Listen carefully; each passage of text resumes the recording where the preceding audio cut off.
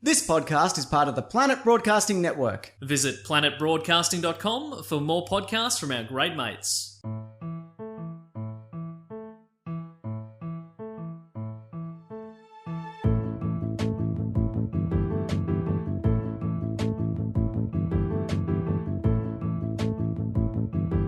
Hello and welcome to another episode of Do Go On. My name is Dave Warnocky and I'm here as always with Jess Perkins and Matt Stewart. Hey Dave, hey Jess. Hello, Dave Warnocky and Matt Stewart. I love this song. I'm going to talk this course slowly Matt's got a new phone. the whole episode. It's ringing. Matt's phone is ringing. He wants everyone to know that he's got a Google phone now. What? How do I answer it? What are you talking about? Where's the answering bit?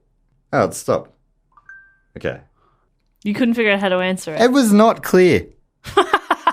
Hang on, I'm going to call you now because I want to see what it looks like. 'Cause Yeah. I didn't see. All right, It's get gonna that be phone real out. clear now, isn't it? But Yeah, I of think I course. must have flicked out of it at the time. I'll go to... you're not saved in my favourites if we're being honest, so I've just got to find you here. Hang on. Gosh, I didn't even know you could have favourites. Yeah, you wouldn't know that. There's Matt Stewart. Baby, Hang on, don't touch your phone. I'm calling you. Show us what happens, Matt. Oh, that You wasn't pressed happening. the fucking answer button. That you wasn't idiot. happening. There's a green phone button. There's literally a green phone. Sorry, can you hold that? Hello? Hello? That's weird. Oh, bloody hell, Jess doesn't know how to operate her phone. She's bum-dialed you again. Prank call. Yeah, I'm out the front. I'm pranking you. People still do that? I did it recently. Do you remember when you used to prank someone if you didn't have any credit and they'd call you back? Give Yeah. them 2 rings, and if they answer, you'd be like, hang up! This is a prank! Don't enter. It's a prank! Yeah, I pranked someone recently to let me back into the house. I'd messaged them as I left. I was like, I'm going to prank you when I'm back so you can let me in. Because I'm cool. You're the coolest. Of I the cool. am the coolest of the cool. You're the coolest. If you want to see this cool in real life, you can come to our live shows at the Melbourne International Comedy Festival. Yes, how cool is that? 4 Saturdays at the end of March and the first 3 in April.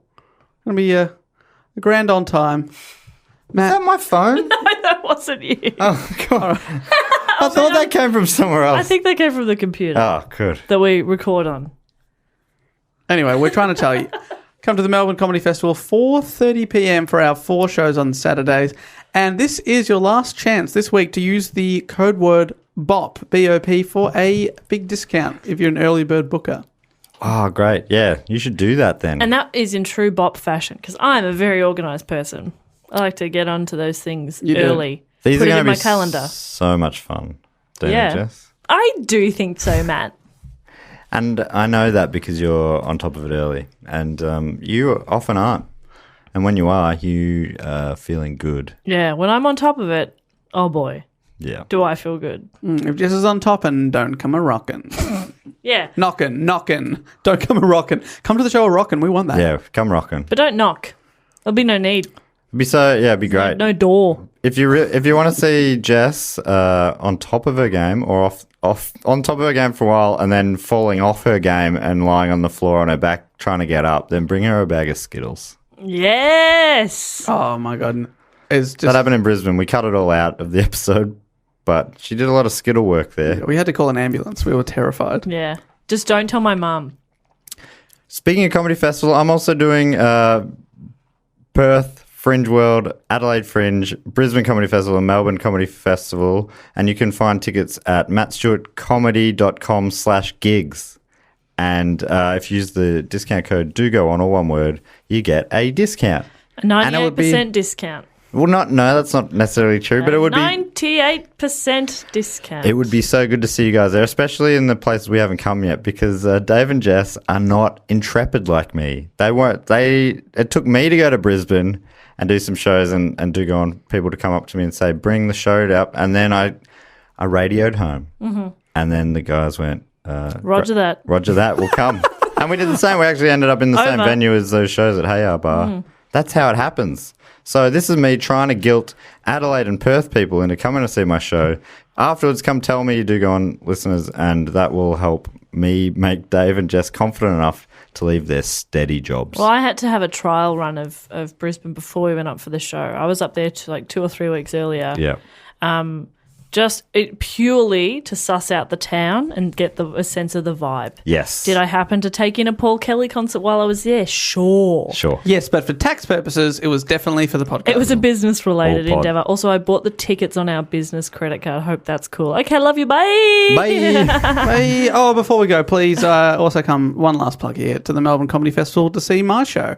Only 3 of them I'm doing. Monday nights at the Melbourne Town Hall for the Blind Dating Show Spectacular. It is. I was telling somebody about it the other day. It is such a good show. Like, it's such a good show that you do. We were lucky enough to be in it last year, Yeah, Jess. that's what I was buttering up to. And hopefully we can get in it again. I was going to say, do you want to do it again? Yes. I'd love to do it again.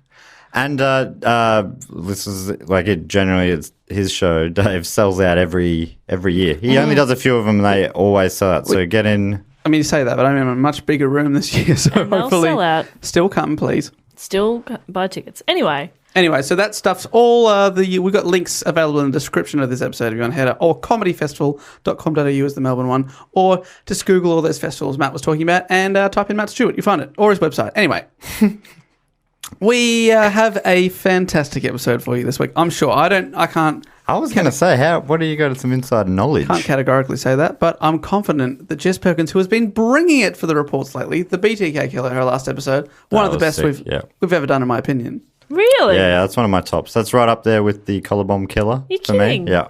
Oh, that's nice. Especially because during it, I realized it was a solved mystery and not a mystery. Yeah. That was such one of the best moments of my life. I never said mystery, so I'm not really sure where you got that from. But you had it in your head, and that's fine. I think Dave said it maybe or something. Yeah, probably. I poisoned you. Anyway, I'm glad I wasn't paying close enough attention early and was late. Finally, you not paying attention pays off. We gave you a nice little buzz there. So no pressure, Jess, but it's your report again, and can you back up your best report ever with your new best report ever? Yes. Great. Is the answer to that question. Hell yeah, I'm on board. Now, if you haven't heard this show before, one of us is assigned a topic by the listeners. People suggest topics and we pick them. And this week it is Jess's turn to report on a topic that Matt and I have no idea what it is. And this one, I believe, was voted by the Patreon supporters. That's right. The Patreon supporters are voting for my episodes now, and I put to the hat 4 options. Okay. And I said, which of these badasses would you like me to report on? Oh, we do love a good badass on this show. Yeah, we've done quite a few. And Charlie honestly, Upham. I wanted to do this topic. This is the one that I wanted, but I thought I'm not sure if this is going to get picked because there was some good contenders in there. There's some good badasses. But the people, I don't know how they knew, but they knew, and they made a very good choice. So I do have a question. I wrote a question just before while you were rambling. I wrote a question. And my question to you boys is, who ran the Sydney Underworld in the 1920s? An Australian badass, potentially. Who ran the Sydney Underworld? 20s, 30s, to the 50s. I don't know anything about it. Would I have heard of this person? I hadn't. So it's somewhere in between the Ned Kellys and the Chopper Reeds of the Australian underworld. Yeah, about halfway between them, right? Yeah. What was, wait, when was Ned Kelly? Was Ned Kelly 17? He was 1800s, right? Yeah. Yeah, mid to late 1800s. Anyway, has there been an Underbelly series about him? Yes. Right. Is it a he or a she? She. Oh, that's cool. I haven't seen... Underbelly Razor would be the one that you were it's the thinking Razor of. Gang. I've heard of that. But I never saw it. It's not Squizzy Taylor. No, but in the same sort of world. Right. I don't talk about Squizzy at all. I don't think they were linked, but it was around the same time. So is it to do with the Razor Gang, though? It is to do with the Razor Gangs. Have you heard of the names of Kate Leigh and Tilly Devine? Vaguely rings a bell. No, they're You just heard those? fantastic. Great names. Such good names, Yeah. right? Kate Leigh and Tilly Devine. Well, I mean, Tilly Devine's the good one. Yeah, Let's I be think honest. Divine's Kate doing a Lee's- lot of the work there. Kate Lee's not bad. Yeah, Kate Lee's good. Tilly Devine is fucking Kate good. Lee, living in Benau.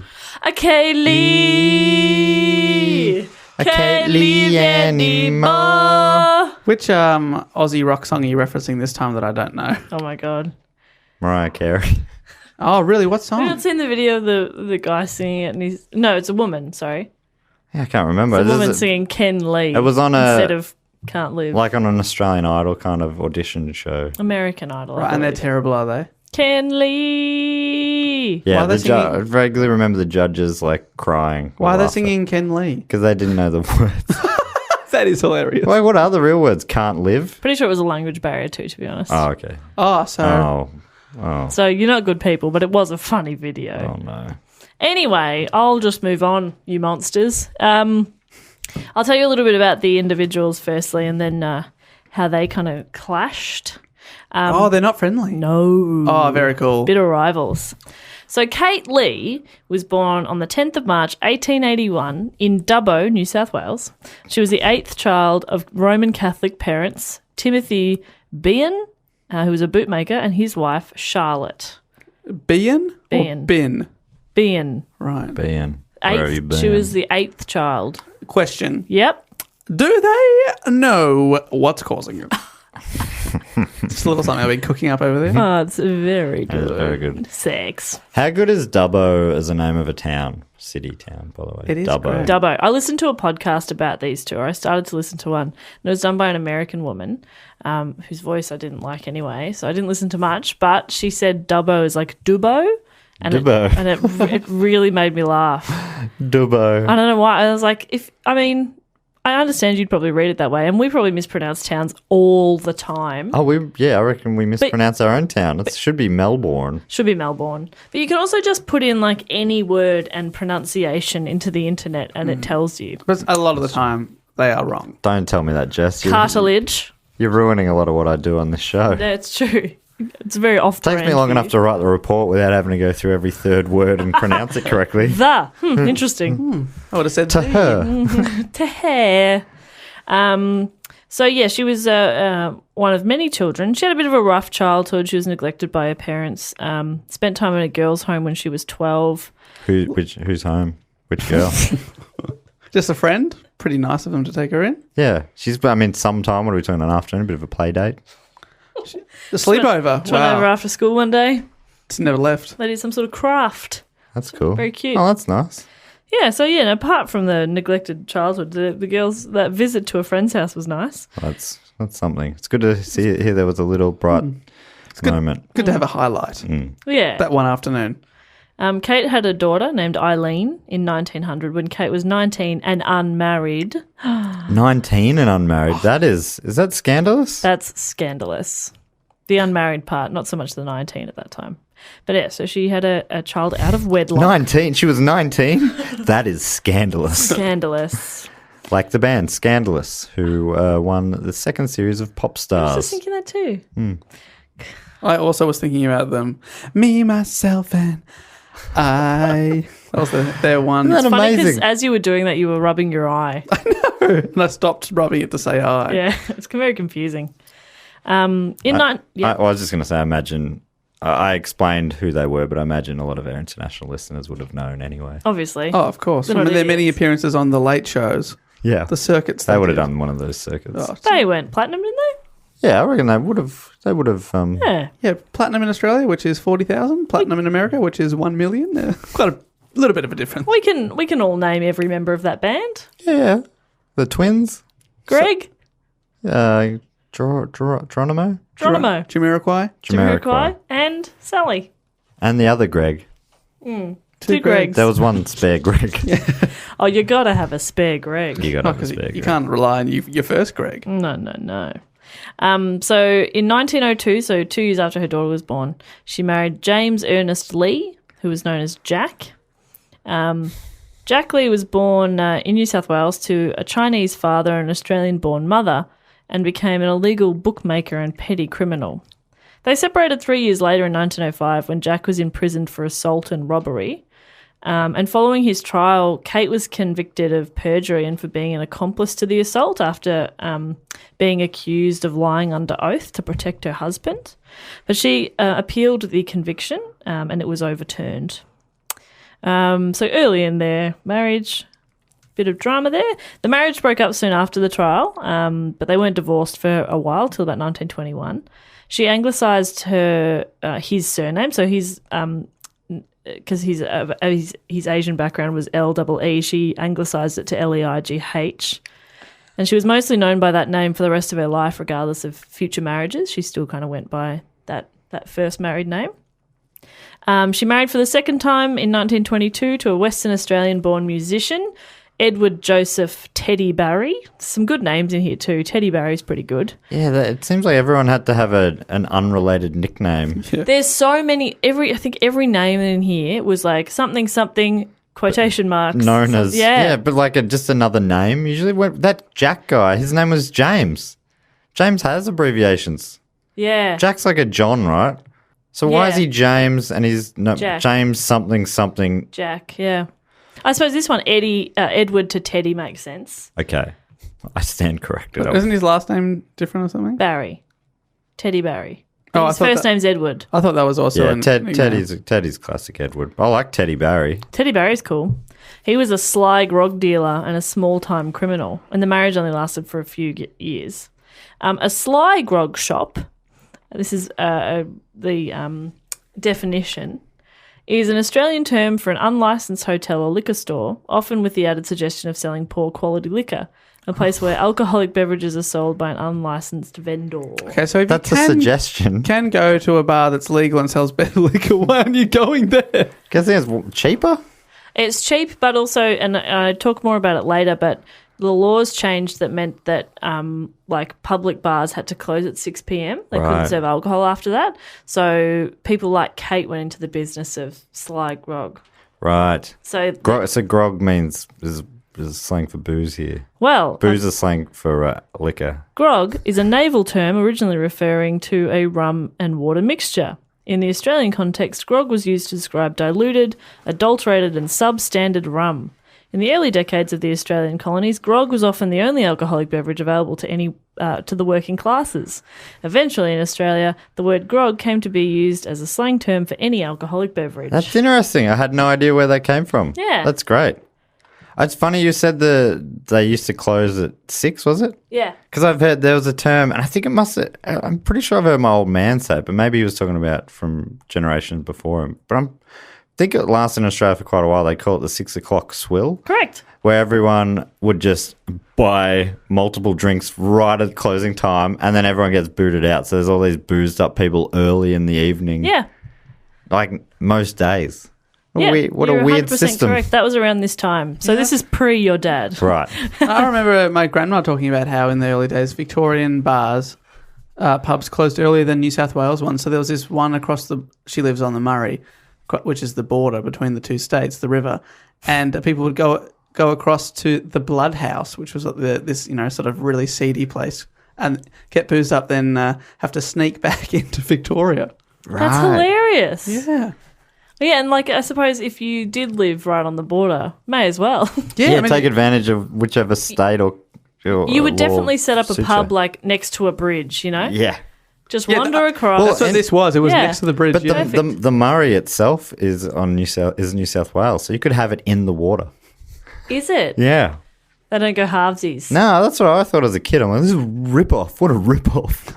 Why don't we get half But of it? how confusing would it be to have a... Well, it's Oh, very. Well, I think it's because Victoria broke off from New South Wales, so I guess New South Wales had the... I don't know. But that's good to know. I didn't know that.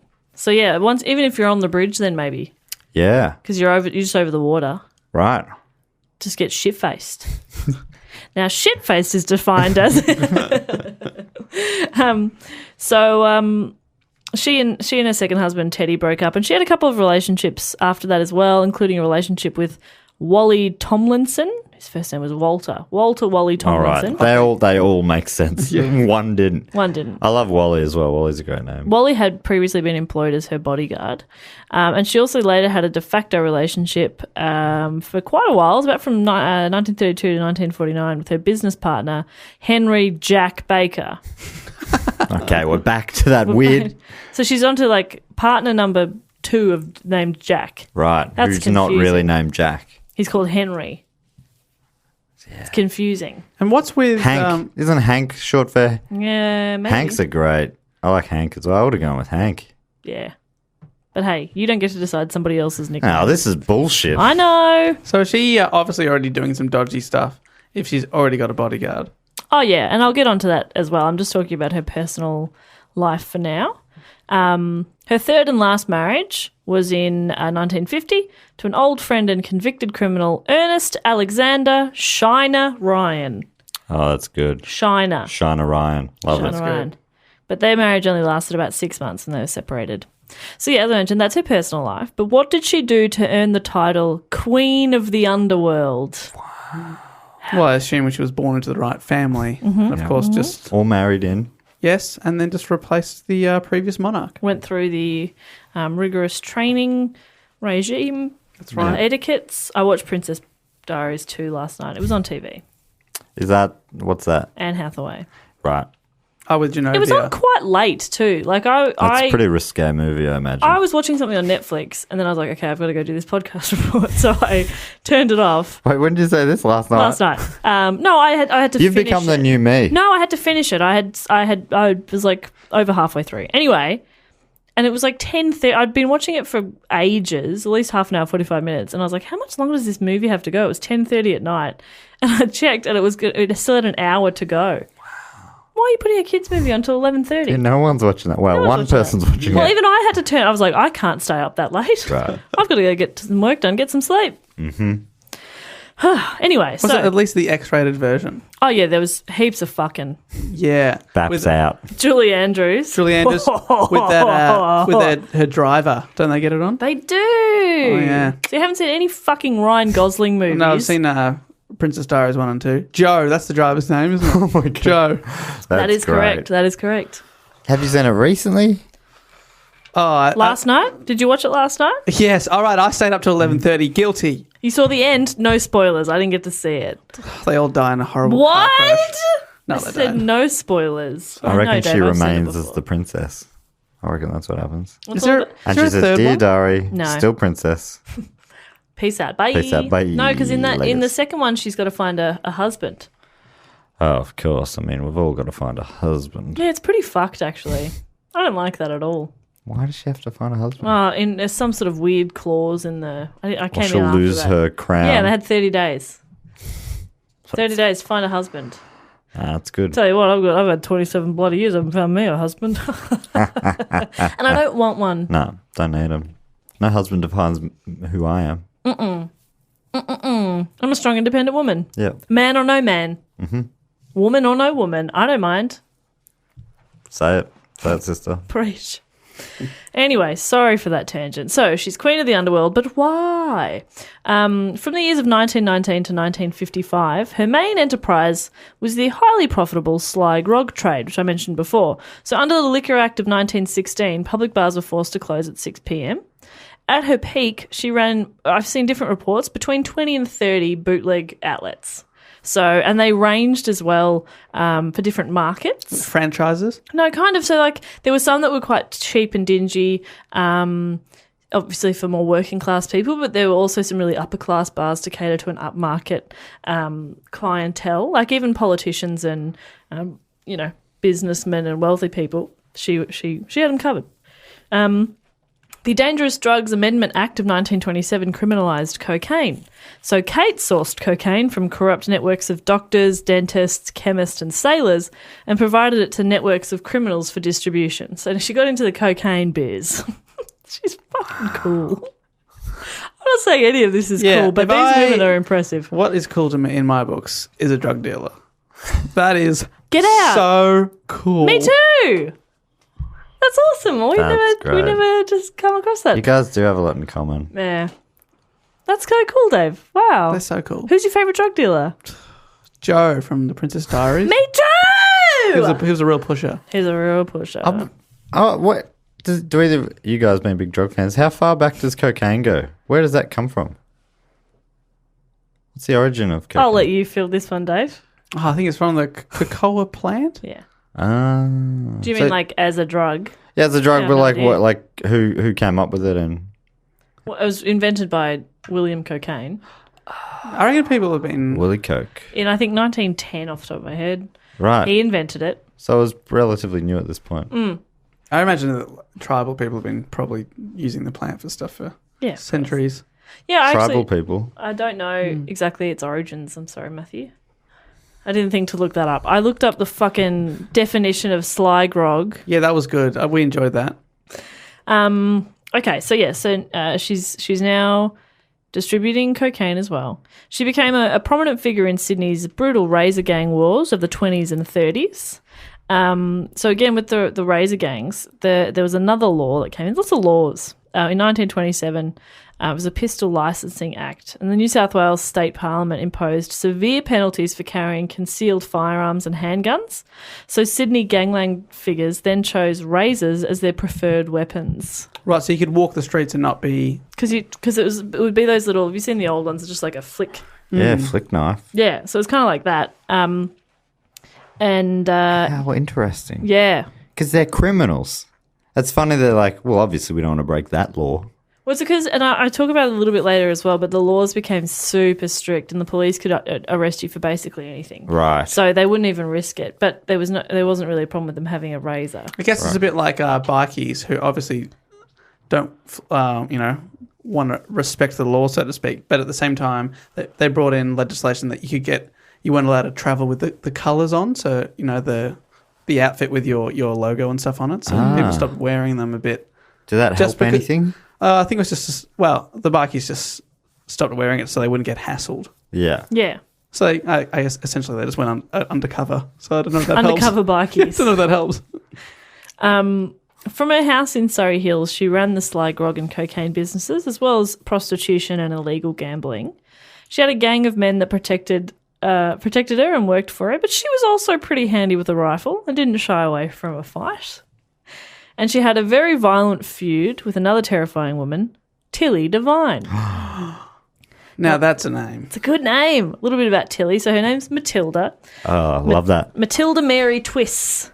Fucking good name. Yeah, that's a sick name. She was born in 1900 in London, so she's about 19 years younger than Kate. Is she a geezer? Yes. Okay. It's a female geezer. I'm a fucking geezer. I don't even. What does geezer mean? I've just heard people say that before. I'm a real geezer. No idea. Should probably know before. Okay, Google, what's a geezer? I heard your teeth click then. A hot spring in which water intermittently boils. That's a geyser. A tall column of water and steam into the air. Google has not figured out the Australian accent. A hot spring. Well, now we know. Now we know. So to answer your question, Matt, yes. Yes, she was a bit of a hot spring.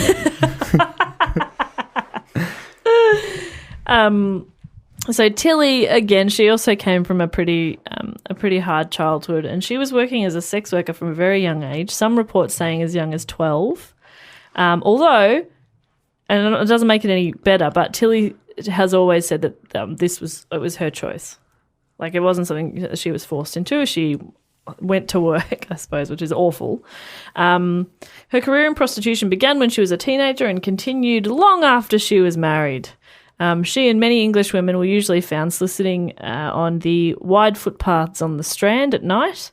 And from 1915 onwards, 1915 to 1919, she spent time in court and lockup for prostitution, theft and assault. That's the First World War years, isn't it, Dave? Mm-hmm. Most of them finished in 1918. At 16, she married an Australian serviceman, Jim Devine, who was born in Brunswick. Hey, that's where we are right now. That's where we are. He was born in 1892. They had a son a couple of years later. And when Jim returned to Australia, she followed him back on the bride ship Wamena. Wamena? Anyway, arriving in Sydney in January of 1920. Her son stayed in London and was brought up by her parents. Isn't that strange? Like, she followed the husband out here, but they just left the kid behind. That is strange. And I was like, okay, well, they'll go back for it. No. That's it. Left it there to be raised by the grandparents. Sounds like, without heaps of knowledge, that was probably best for the kid. Yeah, maybe it was a better life. Good call. She became infamous in Sydney, initially as a sex worker and then later as a brothel madam and an organised crime entrepreneur.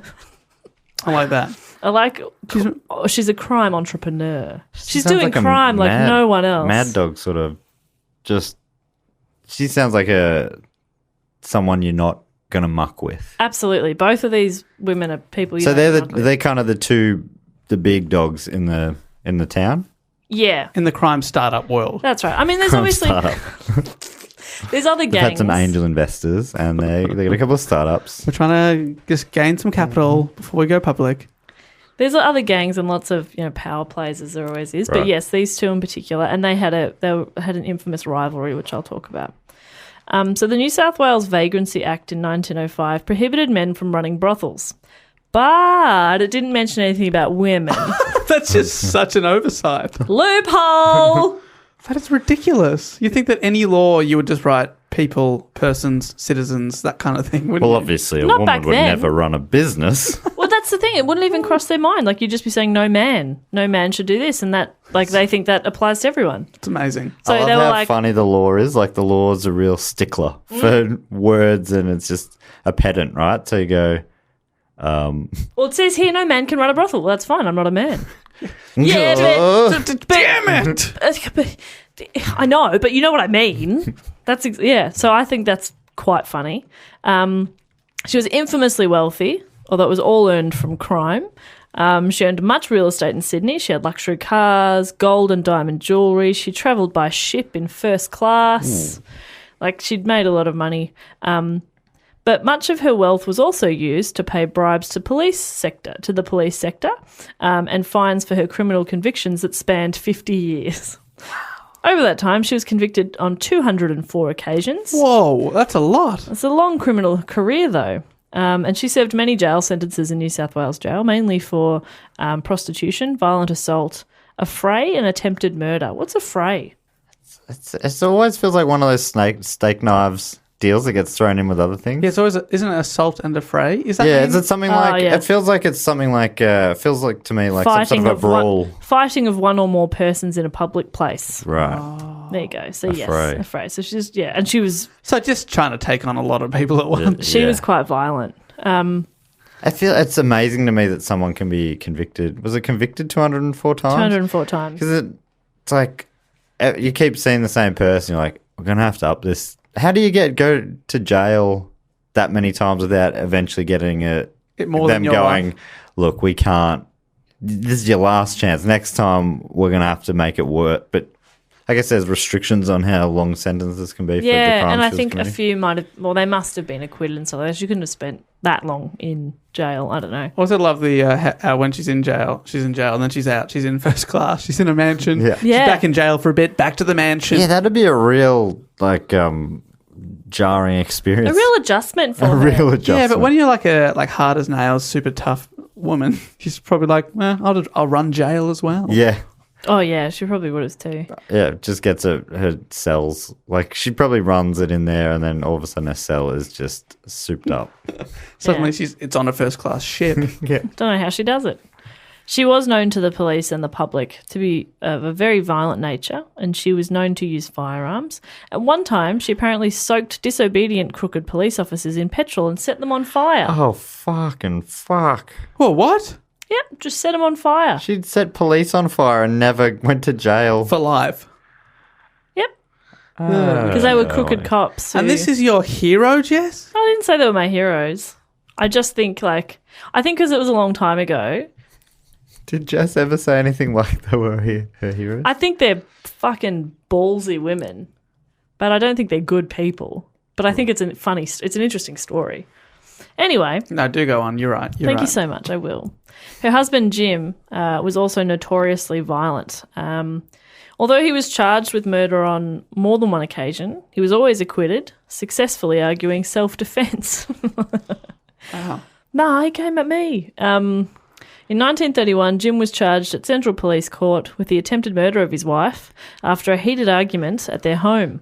As Tilly ran out of the house, Jim fired a number of shots at her in a similar way to the way he had murdered George Gaffney 2 years earlier in 1929, also out the front of Jim and Tilly's house. But I think he got away with that one as well. But you missed this time. Well, he was arrested for the incident, but once again acquitted because Tilly refused to testify. So the neighbours called the cops, and so he was arrested, but then she wouldn't testify, so they let him off. They separated in the early 40s and were divorced by 1944. Tilly met Eric Parsons, a returned serviceman originally from Melbourne, in the infamous pub Tradesman's Arm Hotel. It came up in a couple of docos that I saw. It was like a pretty known sort of dodgy area, and a lot of Tilly's brothels were in the area, so she would often be at this pub. So she met Eric, and they began a relationship. And in 1945, Tilly shot Eric in the leg at one of her other Sydney residences in Darlinghurst. She was arrested by police and charged with the shooting, but was acquitted at trial in 1945. And Tilly and Eric married a few months later. Oh. Were happily married for 13 years, right up until his death in 1958. Which she also caused. Isn't that ridiculous? Like a couple of months before they got married, she shot him in the leg. That is. Love that. Do you love it? I love it. Love is love. Love is love. You know, if we're not strong enough to get past this wounding of your leg, I said sorry. are we strong enough to get past this? I would be like, okay, I shot you in the leg. Sorry about that. Here, you can shoot me in the leg. Yes, eye for an eye, leg for a leg. But I would offer like a BB gun. It might bruise a little bit. Yeah. But I'm not an idiot. quite badly, potentially. If he gets you right in the right spot. I bruise easy too, so Have you thought about that, Eric? it's guaranteed to bruise. Eric, I could die from complications, technically. I could get pneumonia if I went out in the cold with this sore leg. So I'm running a risk for you, babe. Babe. Or we can just agree that we both made mistakes and put the BB gun down. Can we not agree that you deserved to be shot in the leg because you were being a bit of a dick that night? Eric, Eric. look at me, please. Eric. Thank you. Thank you, Eric. Yeah, I imagine Tilly's the type to really use her words in an argument. While I've got you, want to get married. Okay. limp over here and we'll kiss and make up. Get down on one knee. I know that you just got shot in the leg, but come on. I mean, it should be easier. You're basically already down on You one guys knee. are down there. I'm a traditionalist. I want romance. Thank you. It's too much to ask, Eric. God. Anyway, that's just a play Anyway, by play so of that conversation. we're still waiting for Eric. What do you say? Eric? Hey? I'm sorry, are you talking to me? You also blew my eardrums. I can't hear anything. I can't hear a single thing. Do you want to get married? Married? Yeah. All right. Sweet. All right. It's on. So, just to confirm, Eric, the shooting was 100% your fault and you don't blame me at all. Married, yes? Yes to everything you said. Yes. Excellent. Excellent. We got him. There's two of us for some reason. Who the fuck is we? Tilly's two personalities. All right, guys, you want to have this threesome or what? Eric, you saucy I dog. want to take that out of context. Yeah. Put that at the end of the episode.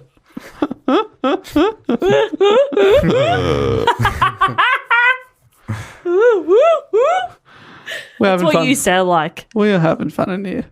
Okay, back to the rivalry between Kate. Rivalry. The rivalry All right. between Kate and Tilly. So, So far, I think I favour Tilly for some reason. interesting. Tilly, She okay. seems like more of a badass. Correct. And also more successful. Correct. That's very true. All right. I'm on Kate Leigh. All right. Fine. We'll see. So no one really knows exactly what started their feud, but what we do know is that it was deeply personal, often violent, and always bitter. Kate Always sexy. trashed Tilly's brothels. Tilly smashed Kate's stores. You know, it was a to and fro. Apparently, I did read one time. So there's this awesome website that I found when I was looking these two up called Rejected Princesses, and this guy who used to work on a lot of like animated films animates or like puts together these stories of like badass women, basically. It's very cool.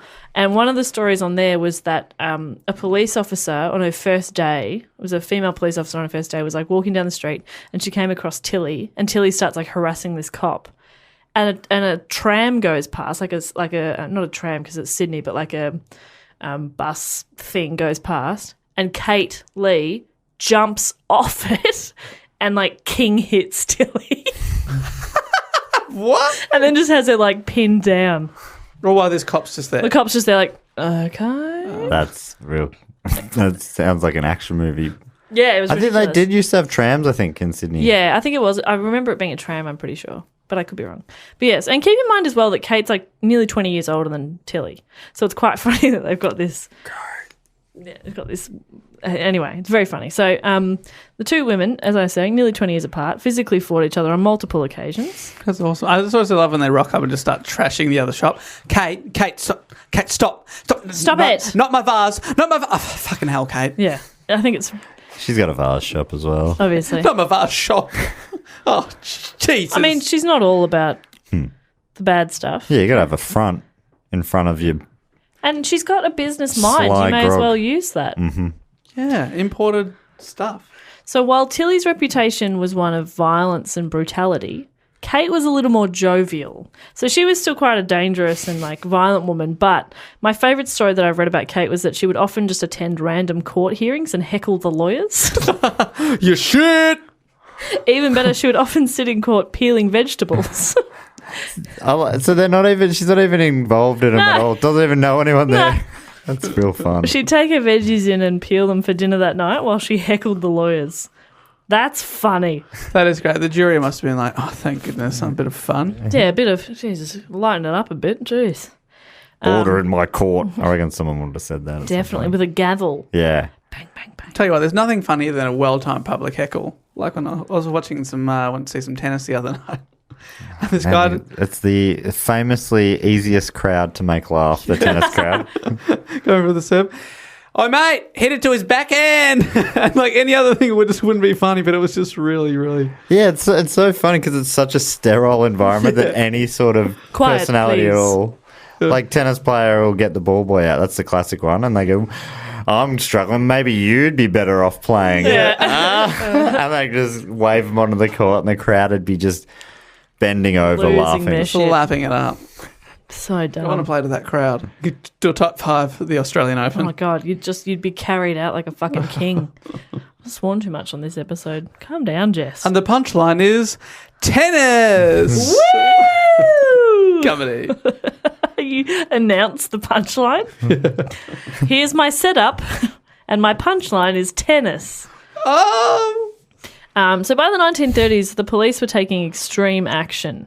New laws passed that allowed them to arrest anyone they thought had bad character. That is ridiculous. They'd arrest anyone found to be carrying a razor, and these measures actually were very effective in terms of reducing the problems they were having with gang They violence. just stood out the front of the barbershop waiting. Oh, no. Well, that's the thing. They used to sell, like, the barbers would sell razors. Oh, really? That's how people got their razors often. But no, so now they didn't have to prove that you were, like, involved in illegal things. They just had to prove that you were speaking to somebody who's involved in illegal things. Right. So you could say, "G'day, Barry," on the street, but Barry's in a gang and now you're arrested. Sounds like a bloody nanny state. Bad character. Does sound like, you know, communist Russia and like the bad parts. Sounds like the kind of stuff that, yeah. I was going to say, this the kind of things they slowly try and do, right? They were trying to do that here.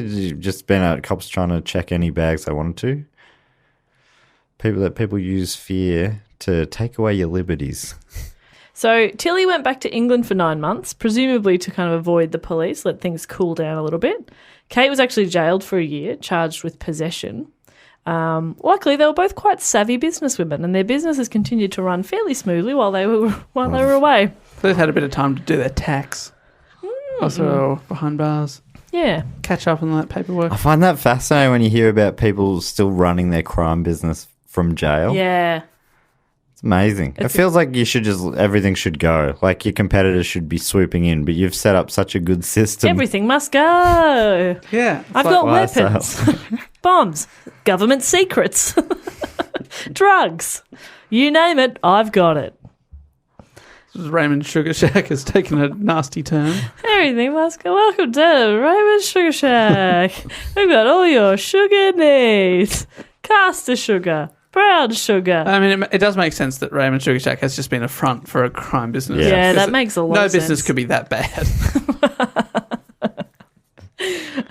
So while Kate was in prison, she befriended an elderly inmate. They became quite friendly, and she had quite an easy time during her imprisonment, relatively. Within a week of release, she had robbed her elderly friend and was also she also apparently shot a guy in the crotch. She got out and then robbed the woman. Yep. So she befriended her, got her trust, then robbed her. In prison? Well, I don't know if the elderly woman had also got out of prison or was still in prison, but Kate obviously knew, like, I know where you live. Know your PIN number. Kate, Saying I know where you live and then laughing like that is I know where you live. it's real threatening. I'm going to do that next time you ask me for a lift home. Like, yeah, I know where you live. Oh, perfect then. I know where you live, mate. I've been inside those walls. Ah. No, I have, though. You've invited me in. Yeah, you're like a vampire. I have to invite you in. Or just like a polite person.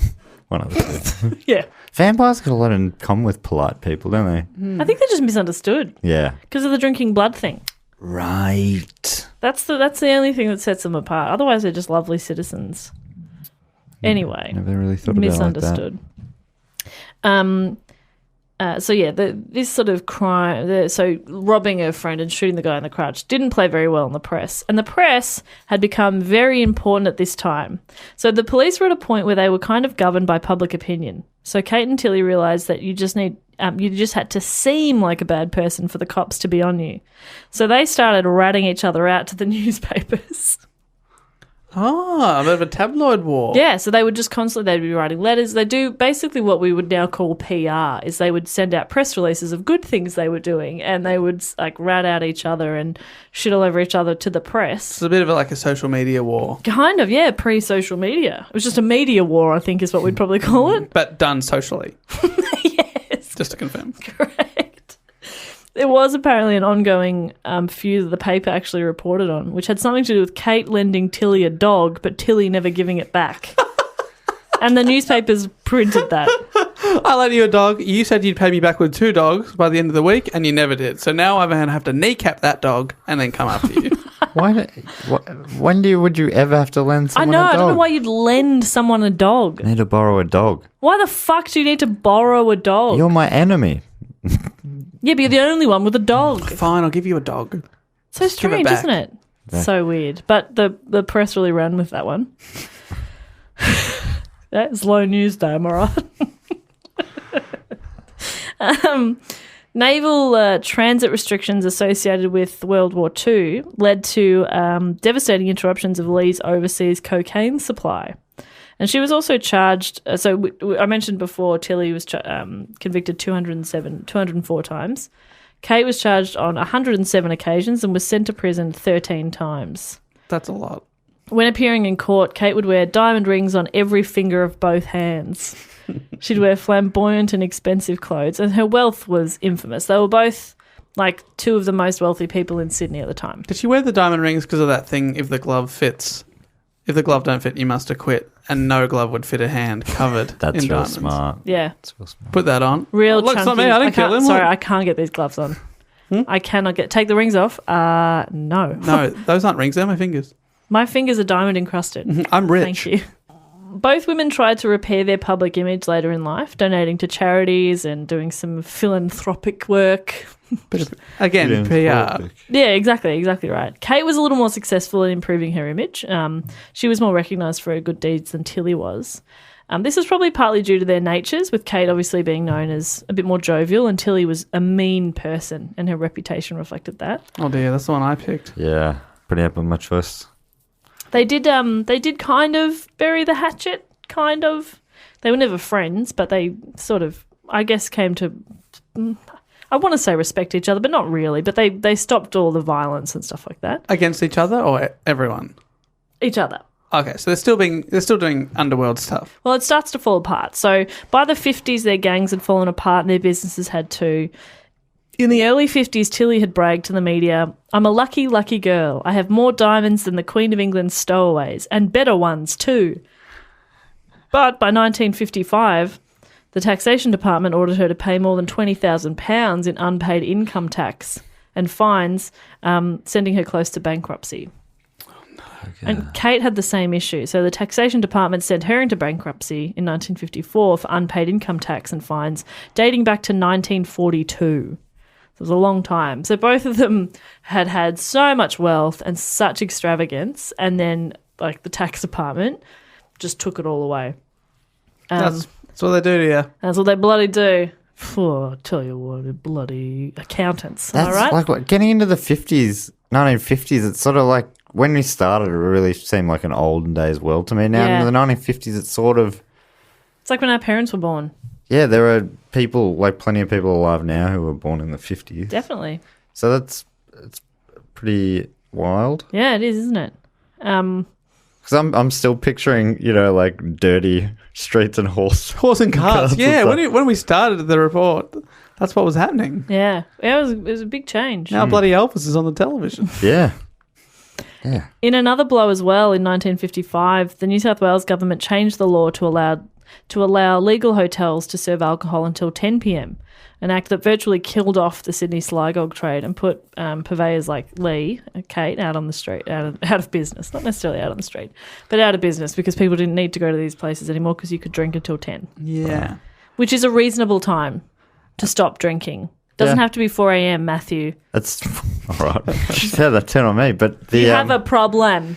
but Sydney kept going out, and it got to like normal sort of whenever you want to be open till if you got a license. And now they've gone back to the lockout laws up there, Yeah. which has killed off its King's Cross. Which basically means Precinct. you can't enter, once you leave, you can't go to a new venue after a certain time, right? It's like one, Yeah. I think, yeah. Apart from, and the map. Have you seen the map where that? So it's not all of Sydney, but this certain inner area, and it goes around like this, and then it sort of cuts in and just misses where the casino is. Yeah, how convenient. It's like so blatant. And if you zoom out, like the lockout laws, they've actually spelt on the map the casino rules. Yeah. Drawn that. And the casino's like, oh, we had nothing to do with that. And that- Just a That's weird. I guess that works kind of in our favour if that's Yeah. how the government wants to do it. Okay. Well, I That's guess- fine by us. I guess the casino- suppose. the casino Guys, we rules. have to keep serving alcohol all night to drunk people who have no concept of time because we keep it really dark in here. Okay? Yeah, we're all fine with that. Thank you so much. Have a wonderful day. Here's Want a that drink? briefcase I owed you. Don't look at it. There's money in there. God. Oh, no, I'm just inferring that they're bribing. I don't know. Yeah. Who knows? Anyway. Allegedly. Allegedly. There we go. Saved it. Saved it. So yeah, the tax department bloody sucked all their fun. Ugh. And both women actually lived in basically poverty for the remainder of their lives. Oh, really? Yeah, it's a real How turn. the mighty have fallen. Real That's okay. turn. It's got a bummer of an ending. Well, Kate, Or is it? Yeah, That's is. probably. I mean, they've killed people and stuff. It's funny to feel. Yeah, I've left out parts as well because there wasn't a lot of. I guess that the hard thing is because this was quite a long time ago. Obviously, we have lots of information about things even older than that, but like Kate and Tilly didn't exactly leave comprehensive journals behind, and Not like the princess. being in She left gangs, 2 whole diaries. The Oh, Princess movies Diaries worth. 1, and obviously, Princess Diaries 2, My Coronation. is that what it's called? No. But like being parts of gangs, nobody would talk, nobody would squeal. So there's not heaps of information, but yeah, there were definitely times when like Kate murdered people and, they weren't good people. Kate lived in a small room above one of her older legal hotels in Surrey Hills and was financially dependent on her nephew, William, who ran a mixed business in the shop downstairs, which sounds kind of dodgy. Sus, yeah. She suffered a severe stroke in 1964 and was rushed to hospital where she died a few days later. Oh, she didn't even get to see the Saints win their only premiership 2 years later. Oh, her one dream in life. Every year you've said in my head, I've been like, oh, Fitzroy's last premiership, 44. Oh, that's interesting. 54. Oh, the Bulldogs. Their first premiership that year. At least I haven't been saying them out loud. Thank you for not saying it out loud, but why'd you bring it up now? I still don't want to know. A very good question. I was just sort of letting you into my mind a little bit there. So yeah, Kate was 83 when she passed away, so she lived quite a long time. Her funeral was held on the 7th of Feb in Surrey Hills at St Peter's Catholic Church and was attended by over 700 mourners, including Tilly Devine. Oh, that's nice. But lots of even police and Wow. You know Lots what? of people went. That means that's really positive because that means that Tilly may get to live and to see the Saints premiership. maybe. Kate was remembered by the press. Fingers crossed, Matt. Kate was remembered by the press as much for her patriotism during World War II and for generous charitable acts in support of the unemployed in harsh times as she was for her criminal history. So people sort of... Okay. She did good PR. Yeah, she did better at like improving her public image, and she did do some good stuff. It doesn't necessarily, it doesn't take away from the bad things you've done, but she did some good stuff. Tilly, on the other hand, suffered from chronic bronchitis for about 20 years and died of cancer at age 70 in 1970. Keep in mind, she was 20 years younger than Kate too. So she made the premiership. That's a brutal final couple of decades. Imagine I imagine having chronic bronchitis would not be good for 20 years. No, and then she had cancer that was what killed her. Her funeral service was poorly attended, and her death went virtually unnoticed by Sydney's media and population. And it was said that very few people openly mourned her death. The only public eulogy offered to Devine was given by the then police commissioner, Norman Allen, who said, "She was a villain, but who am I to judge her?" The police commissioner. You were exactly. Only the judge would be in a better position to judge her. Yeah. And that's the whole press conference. No, she just sounds like he's like, whatever. Yeah, Well, that's it. Yeah, and there was a story as well that, like, at a pub later, somebody went to sort of make a toast and nobody could really be bothered even lifting their glasses. Like, they just didn't... Nobody really cared that she died. No good thing. It sounds like, from what you're saying, Kate did a lot of good things and was very nice. So people care. She would have been seen as a character, whereas... Yeah, I don't think she was ever seen as nice. I think she was still very intimidating and powerful and violent. Yeah. But she was a bit more jovial. I think it was sort of like she's a bit of a character. She was still fucking kooky. They both were. But I think she sort of improved her... her, what am I looking for? Reputation a bit better than Tilly did. And Tilly was nasty. So I think, people were like, all right, ding dong, the witch is dead. Yeah. Which is awful. But yeah, they had... But that's what, like, ding dong, the witch is dead and they have a party and that sort of stuff. But this sounds like, it's like, whatever. Which witch? Yeah. Which old witch? Generally, don't know which one. Yeah, I don't know who I don't know that what is. you're talking about. So that is my report on Kate Leigh and Tilly Devine. Tilly Devine still has the best name of the two. Definitely, but do you want to change your answer from favouring Tilly, or are you happy with... I'm happy to back the underdog. Okay. The one that everyone didn't care about Yeah, at the end. that's nice. It is a bit tragic. Yeah, it is. But also, Matilda's they a great did, name. I'm sure they did some horrible stuff. Oh, yeah, they did some terrible things. Like, which one set people on fire? Tilly. Oh, maybe I will change my answer then. That's what throws you over the edge. Yeah. That's interesting. Not the one thing that she wasn't remembered. Yeah. Yeah. Probably the thing that... I'm sure there's a lot more to it, but as I said, it's kind of hard to find much more information because nobody really wanted to talk. And who was this topic suggested by? Oh, yeah, thank you. It was suggested a couple of times by Josie Penning and Tessa Strickland. Both suggested this one. Great. I meant to mention you guys at the top. Thanks so much for the suggestion. I thought that was really cool. Thanks so much. That's great. And I'm doing an Aussie topic. We don't do heaps of them. An Aussie topic, and also kind of nice. There's a couple of like Aussie women too. Yeah. So that was cool. That's why I was really glad that they got chosen in the Patreon because I wanted to learn more about them. And you got a couple of badasses up your sleeve. You don't want to reveal who the other ones were? No, I won't reveal because they'll come back around. Very cool. They'll work their Matt way back around. We'll never know. Until the next time. Next badass. So, but I think It's a very different kind of bad. All the other badasses we've done are World War II badasses. Well, that's it. And there was another World War II one in the mix, and I think he was a pilot. I was like, people are going to choose this guy. Yeah. People are definitely, and then a couple of there was a bush ranger in there, an Aussie bush ranger, and so I was like, these two unknown women aren't going to get chosen, and then they did. That is great. You Patreon people made the right choice. And if you want to be the people that make those choices, you can always hit up patreon.com/dogoonpod. And if you love the show, you can pledge back and keep it going, which is really, really nice. And you get to do stuff like vote for Jess's topic. You can vote for Matt's topic. You get a bonus episode once a month. And also, we give shout-outs to some of you every week. We do. We do indeed. And we'd like to thank some people now. What are we going to do for these people this week? Oh, well, I mean, everybody had an unrelated nickname. Okay. So should we give them unrelated nicknames to their names, Matt? You I think like that's a that. good I idea? think that's really good. Okay. Do you want me to kick it off? Yeah, go on. All right. Well, I would like to thank, if I may, Please. from Buckeye, Arizona, Oh, yes, that's good. which is a real cool state name, I'd say. I'd love to thank Leigh Wright. Leigh Wright. So Leigh, I kind of like and it is related, but maybe Bucky.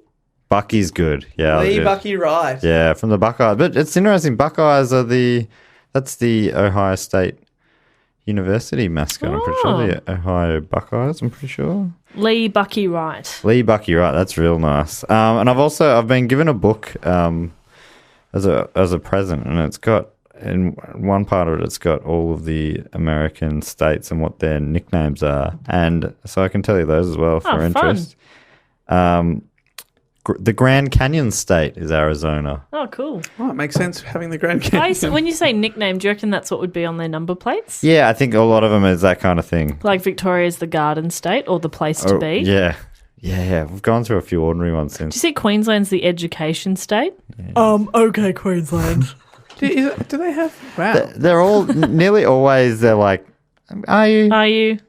Are we the place to be? The place to be? Come on, Victoria. You're beautiful, but you got shitty weather. And for a while it was on the move.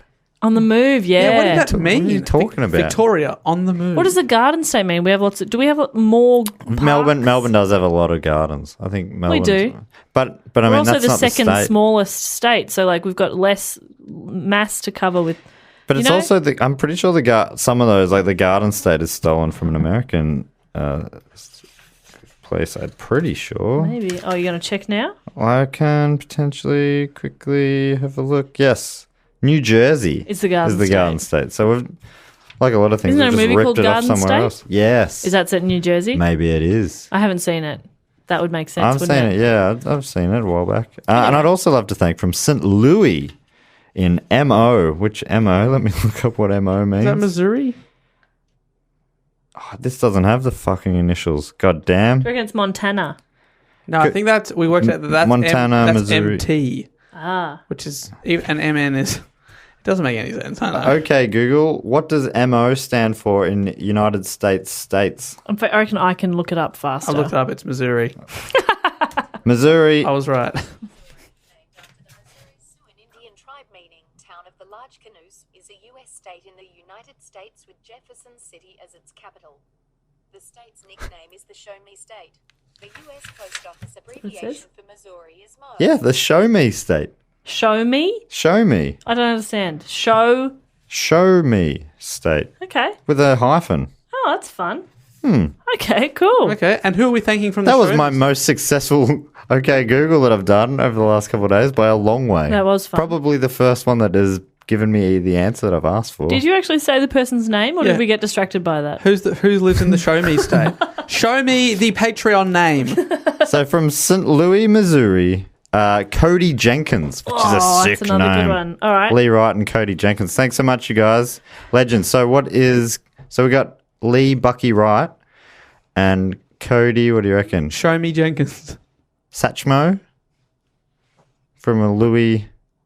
He's from St. Louis Armstrong. Louis Armstrong. Okay. It's a bit of a stretch. Yeah, that's right. Cody Satchmo Jenkins. Horny. Go to trumpet the horn. What about Cody Hornbag Jenkins? Cody Mustache Jenkins. He lives in Mo. Mo. These are all good. Cody Sizzlack Jenkins. Yeah, I was thinking the Sizzlack, yes. Yeah. Caesar. Oh, okay, Sizzlack, Caesar, Little Caesar. What? That's a pizza chain in America that a lot Pizza. of people told us. Pizza. Let's call him Cody Pizza Cody Jenkins. Margarita Jenkins. That's my favourite pizza. That's the longest chain ever. I love it. But it works. Try and chase that. Follow the back. All right, I'd like to thank a couple as well, then, if I may. That would be so good. My first one is from Ireland, my favourite place in the world. From Killarney, it's Barry Fleming. Oh, Barry Fleming. Barry Fleming's pretty good. I like that. That's a rock solid name. Bond. Yeah. Barry Bond Fleming. Oh, good one. Yeah, I like it. Barry Bonds. Isn't he like a baseballer? Is he the one that... I was thinking of James Bond from Ian Fleming. Yeah, no, I got that, but then I thought on a second level there you got Barry Bonds. Barry. Anyway, What about Barry? Gary Fleming. Kalani. Where's Kalani again? Because my mum's side of the family is from. Where are we from? Was it Kalani? Kalani's southwest. Southwest, right? County Kerry. County Kerry, yeah. Is that ringing any bells? I think for County you? Kerry is. Fuck. I think that's really close to where my ancestors are from. Okay. Don't know why you felt the need to tell us that then. Sorry. No, I'm kidding. So we're happy with Bond. Barry Bond Fleming. I like that. Bondy. Good one. And then I would also like to thank from Sewanee in Georgia. I hope I said that right. I'm sorry. Scott Young. Scott Young. Georgia, the Peach State. Peach. Peachy. Good. Scott Peach Young. What about James? James the Giant Peach. Princess? What about Princess Peach? Fuck. I hate Oh, Princess that's good. Peach. Scott, Princess Young. What about Peach? No. Toad. Toad. They're Toad. I like Toad. Scott Toad Young. Toad is from Toad Hall in Yes. Wind of the Willows. Wind of the Willows. Love the Toad. Love it. Okay. Toad it is for Toady. you, Scott. Enjoy Scott that. Toad Young. Toadfish. Toady from Neighbours. If you have any idea what Neighbours is, if you're not, look up Neighbours Toadfish. You get a great result there. All right, I would like to thank all the way from Guadalupe in Phoenix, Arizona. Would that be Guadalupe? Because I've heard the word Guadalupe before. Me too. I'm sure that Guadalupe, they probably say that in Mexico, because there's Guadalupe in Mexico. But Phoenix, Arizona. Oh, yeah, that's where I've heard it. It was from Dave. His report about Frida Kahlo. yeah, That's where I've heard it. Anyway, Sorry, Dave. and the famous church in Mexico City, the Guadalupe. Again, the Grand Canyon. So that's our second Arizona. And it is James Duquette. Ash. Duquette is great. James Duquette. Ash. Phoenix rises from the ashes. Ashes, yeah. Oh, Ash that's is good. Ash, Ketchum, Pokemon, Ketchup. Ash, Ketchup. Got to catch a ball. I mean, I don't. Is that what you I mean? don't know where at any point we said we had to make a weird fucking loop. But it's fun. I like it. It is fun. James Ketchup Duquette. Alice Cooper also, he used to do a radio show from his house in Arizona. And it's like a radio show. It goes out online, I think. Alice. Classic Alice Cooper. Classic Alice. Alice. Wonderland. Wonder. James Wonder Duquette. James Wonder Boy Duquette. Wonder Boy is good. Yeah, I'm happy with Wonder Boy. That's great. Thank you, James. And also, I'd like to thank from Chula Vista in California. The Golden State. The warrior himself, Steve Dumbold. Dumbledore. Doorway, knob on a door. Turn the knob. Nobby, Dobby. Dobby. We got back to Harry Potter somehow. Steve Dubby Dumbold. On you, Steve. Thanks so much for supporting the show all the way in California. Chula Vista. I love that. I wonder what Chula... All right. Okay, Google, what does Chula mean? It's not going to understand your silly accent. Okay, Google, what does Chula mean?